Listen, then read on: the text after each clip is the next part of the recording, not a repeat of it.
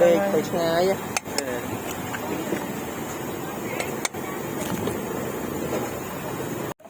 vậy mới có đá người TV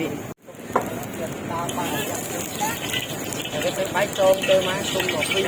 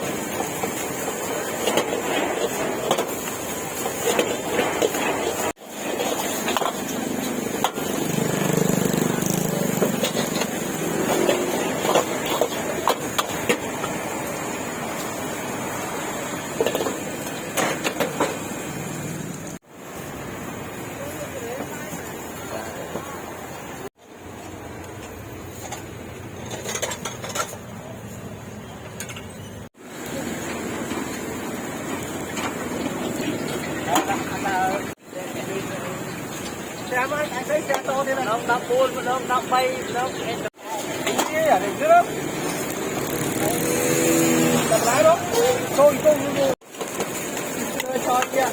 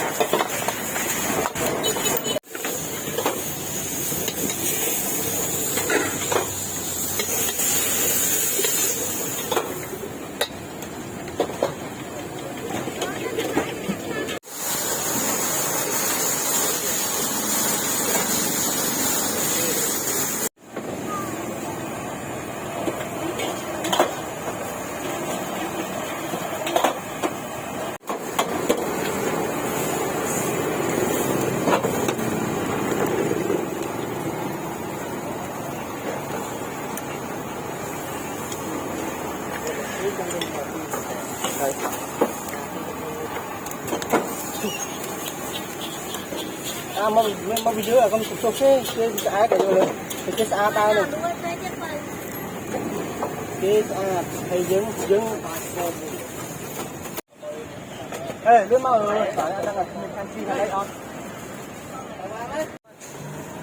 ê bài cho anh mua em kinh ôm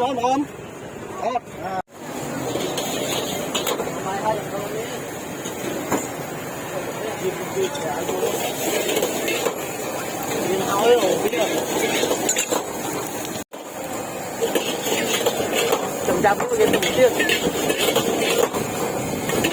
đâm ra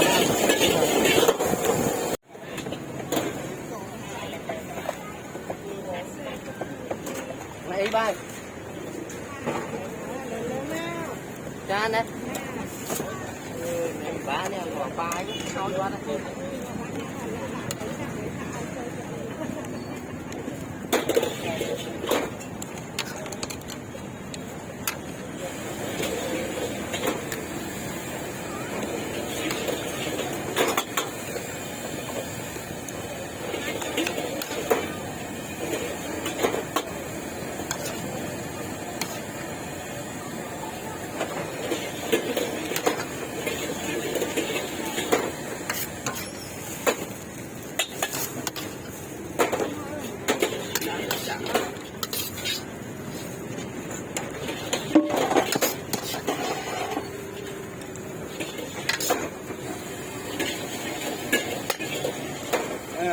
sâu này.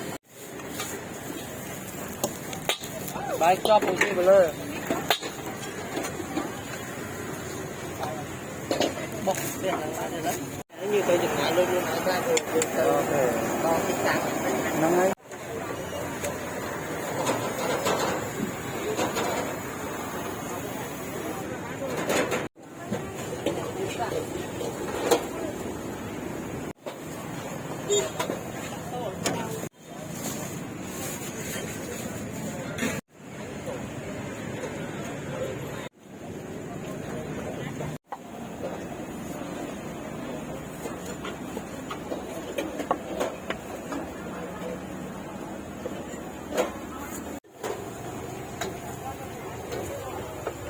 Lôi tinh mình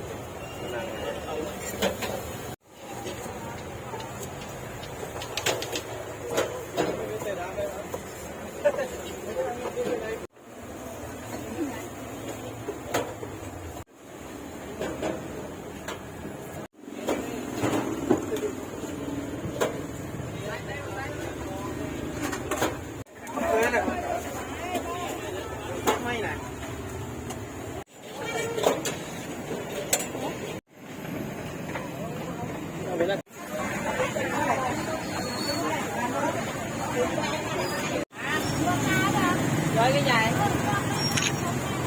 mình lấy kia ta chả bố mà chua nhau mới bơ thẻ nha một kèm máu gì đó sao mà nó đó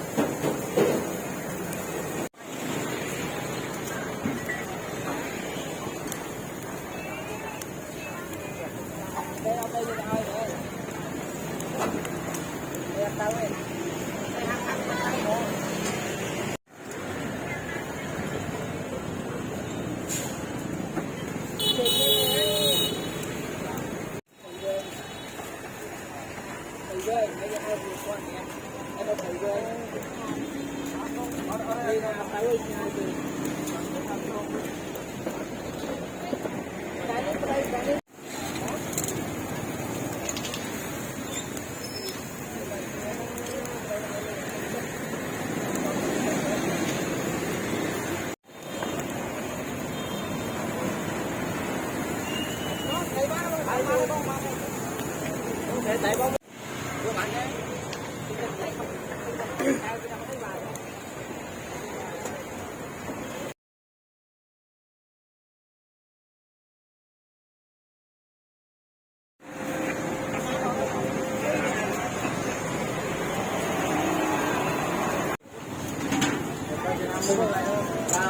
Vào